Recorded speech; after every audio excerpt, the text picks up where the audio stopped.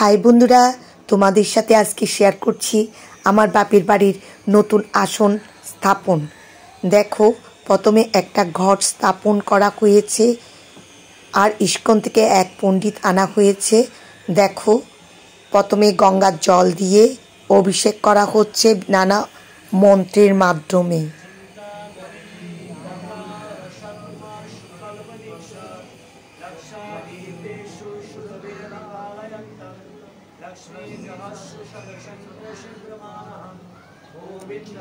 সম্পূর্ণ করলে তো অনেক সময় লাগবে, তাই আমি শর্ট করে করে তোমাদের কাছে উপস্থাপন করছি।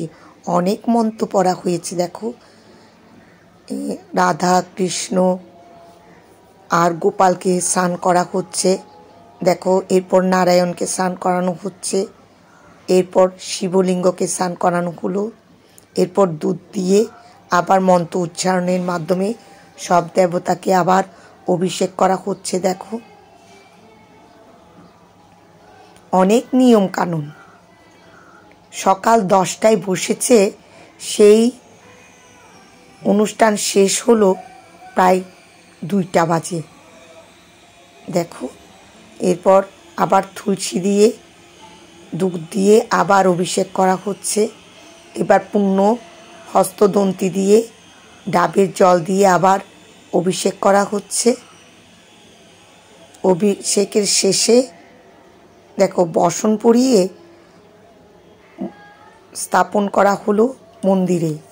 দেখো, 4টা ওখানে স্তম্ভ আছে, 4টা স্তম্ভে নানা রকম মন্ত্র উচ্চারণ করা হচ্ছে। আমার ভাইরা ধরে এটা স্থাপন করছে। দেখো, লুকসটা দেখো।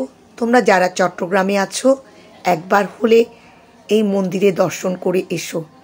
এই মন্দিরের নাম রঘুনাথ জিও স্বামী মন্দির। একটি মাত্র মন্দির রঘুনাথ জিও স্বামীর, আর খুব জাগ্রত। তোমাদের যার যার মনস্কামনা করে এই মন্দিরে গেলে আশা করি পূর্ণ হবে। দেখো, আমরা আরতি করছিলাম, মঙ্গল আরতি।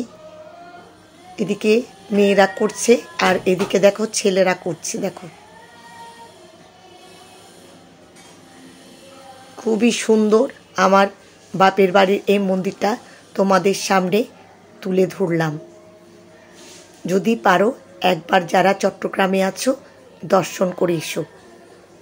আর এই মন্দিরটা দর্শন করার জন্য ভারত থেকে পররাষ্ট্র প্রধান পর্যন্ত এসেছে।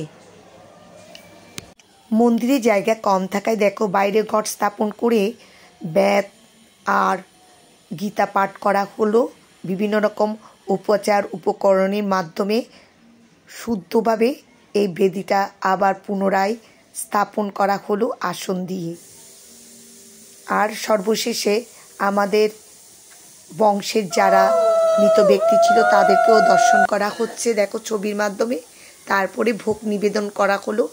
ভোগটাও তোমাদের সাথে শেয়ার করছি। তো তোমাদের কেমন লাগলো আমাকে কমেন্টে জানিও।